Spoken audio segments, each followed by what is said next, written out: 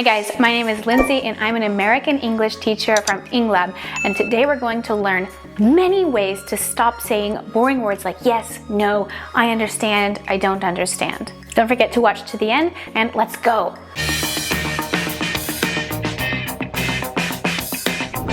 Let's start with the word yes.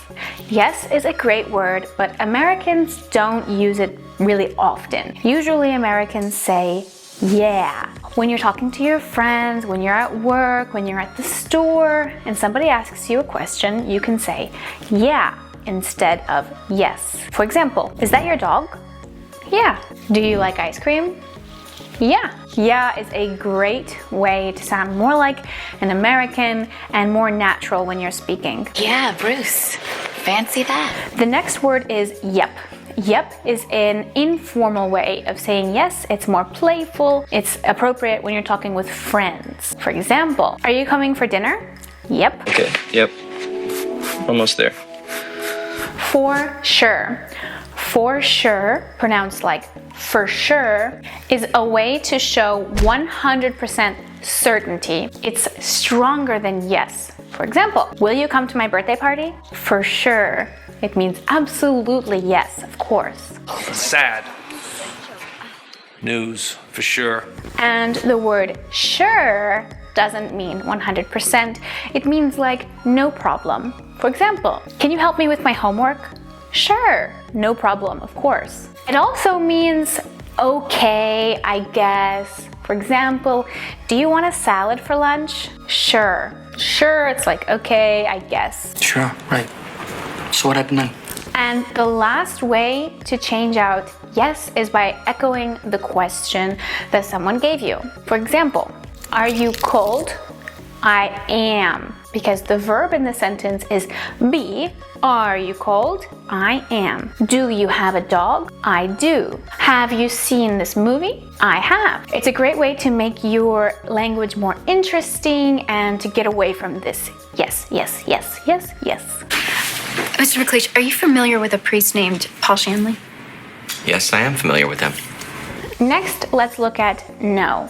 It's very important in America to soften this no because Americans aren't so direct. So Americans like to use words like not really instead of no because it's softer, nicer, not so harsh. So let's talk about not really. Not really means a soft no.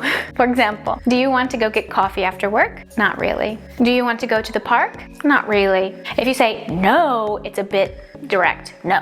But we can say not really. Did you want to? Not really. The next one is nope. It's the playful version, just like yep. For example, do you know her? Nope. Nope. I don't think he cares either. The next one is nah. Nah, it's very informal. We usually use it with our friends. For example, wanna get coffee after work? Nah, I have homework to do. It's very playful. Are you cold? Nah, I'm all right. Nah, I couldn't tell you. No way. No way is a strong no or a sign of disbelief. For example, my dog ate my homework.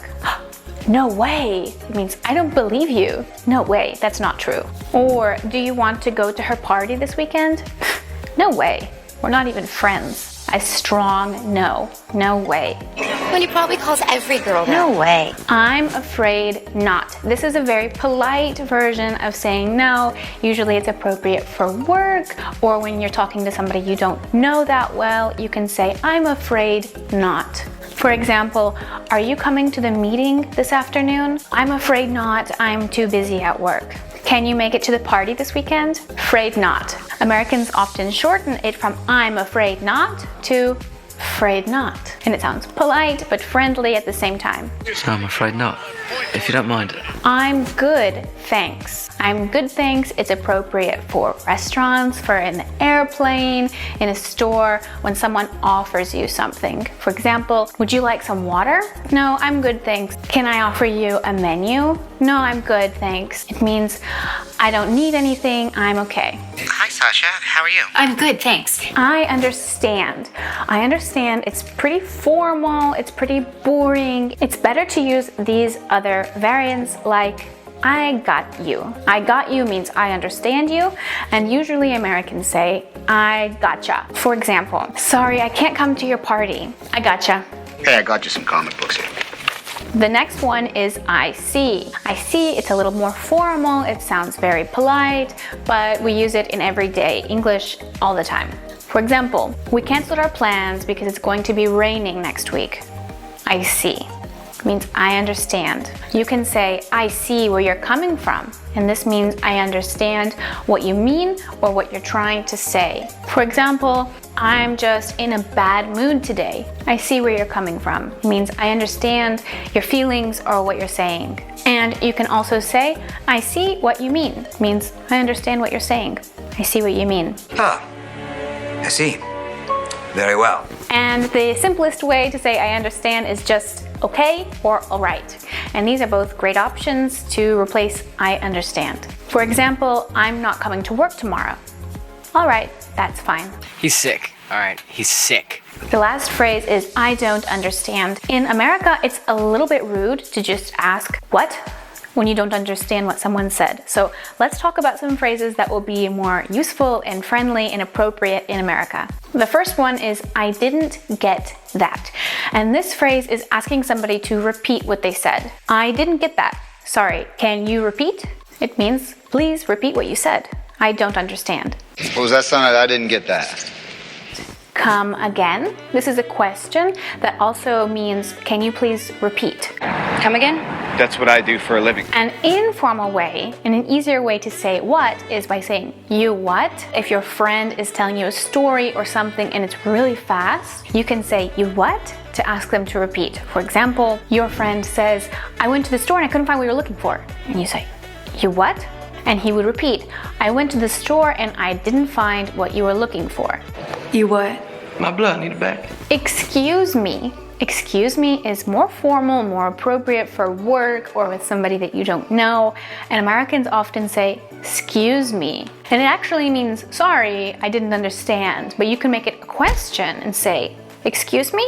If you say the phrase, excuse me, alone, then it sounds a bit harsh.